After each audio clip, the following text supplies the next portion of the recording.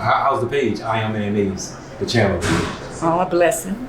It's You doing a blessing. good? Yes, it is. More subscribers. Yeah, most subscribers. Okay. Mhm. What could they be expecting from the page? Because you're gonna start uploading soon on your page, right?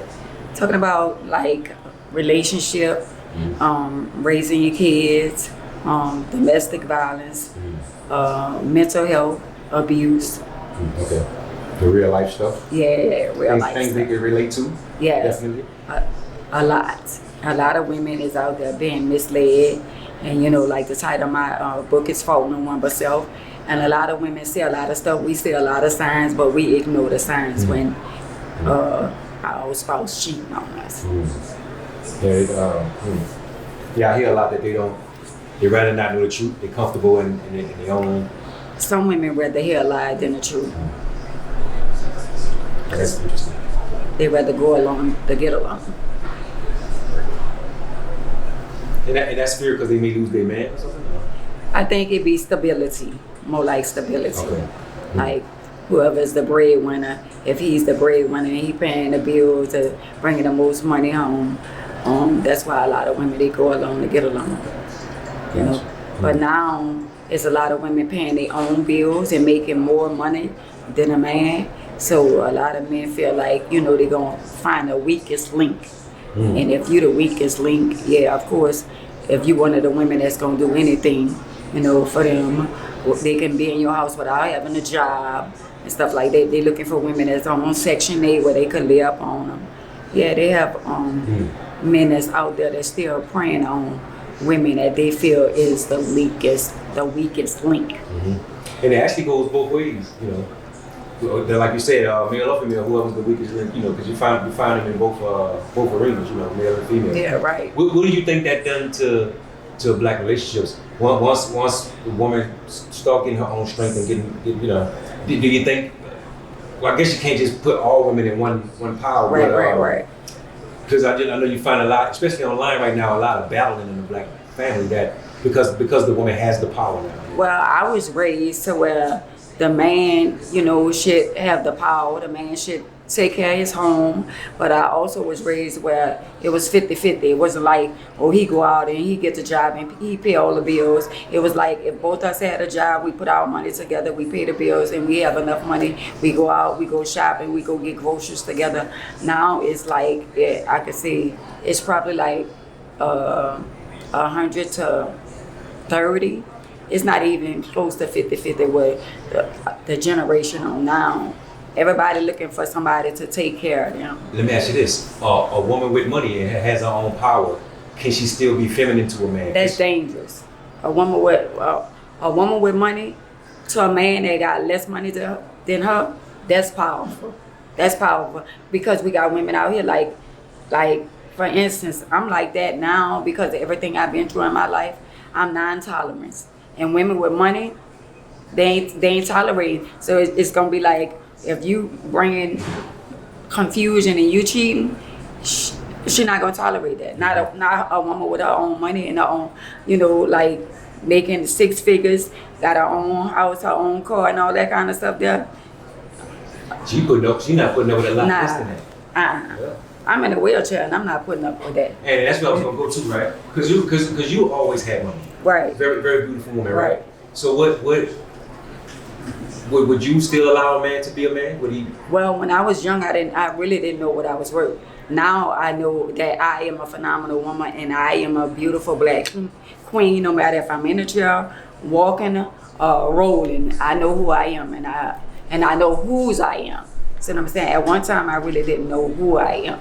I knew I was that girl, Ann Mays, or this and that, but deep down inside, I really didn't know what my work really was. Now, no. So I don't care because I'm in a wheelchair. I'm not gonna settle for any man. No matter what the circumstance is with me, I'm not gonna settle for any man.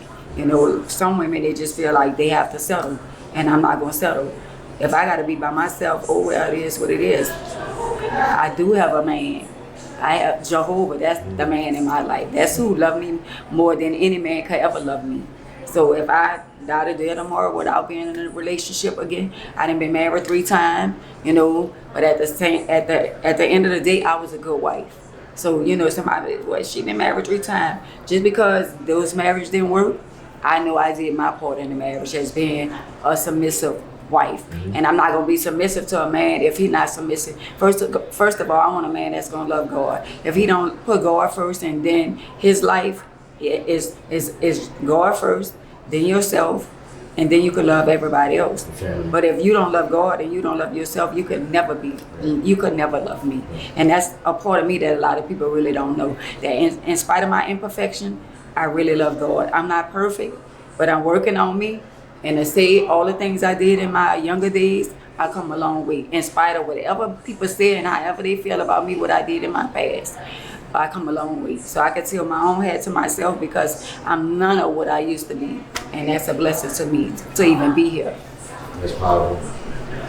The first question on my list was, it's beautiful because it bridges right into what we're talking about, right? So we talk about a powerful woman and a powerful man. Right. We talk about Boobie Black. Right. We know his background. Right. Very, very powerful. Right. Still to this day, rubbing elbows with some of the giants in the industry, Right. from the streets to the industry. Right. And then he hooked up with the young lady Stormy. Coach Stormy. I love Stormy. And she's very powerful. I love Stormy preaches allowing the man to be a man. Yes, I love Stormy. She don't judge where he come from, and knowing her with the money that she have, she don't look at him no kind of way because of his arm amputated or whatever. But at the same time, she got a hood. She got somebody that's from the hood, and he's solid. He don't take no sides. If he rock with you, he rock with you, and I love him for that. I got much love and respect for Boobie. So you guys have a personal rapport with you guys? Yeah, we have him and my son is close. I know him and Kevin Gate is close. We had a little incident or whatever. Like some of the people that be around him, I didn't had a little incident with him, but he never picked a side or got involved, and he never changed on me. He always remained to be the soldier that I know he a soldier. Yeah. He one of the ones. And you guys have something in common, right? But Boobie said, don't call him no handicap. He ain't no fucking handicap. No, I hate when people say, I think one time, but my grandmother was like, my cripple grand, and I was like, cripple. You know what I'm saying? But she ain't mean no harm, but she just said that. And I was like, I ain't crippled, me, myself, I am disabled by not being able to walk. But I do everything. I cook, I clean, I drive, and I got people that could vouch for that. You know what I'm saying? I have OCD. I really have real bad. But I learned patience being in a wheelchair, and I learned to things that I have no control over. I don't sweat the small stuff. What is OCD? OCD is a person that is just clean. Somebody that I come in the house, I gotta pick up stuff. I'm all out the wheelchair, picking up stuff off the floor and all that kind of stuff. I am a very neat, clean person. I'm over clean.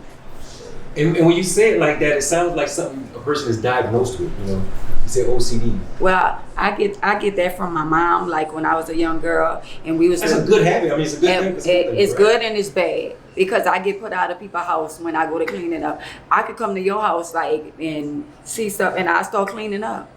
Oh, that's interesting. Yeah, and my sister get out here with all that cleaning up stuff. Yeah, I get put out of the house because if I go by one of my relatives' house, I just start cleaning up, and everybody don't want you to touch their stuff. This the way it is when you came here. But I'm not gonna eat in your house if it's nasty. I'm not gonna use your bathroom if it's nasty.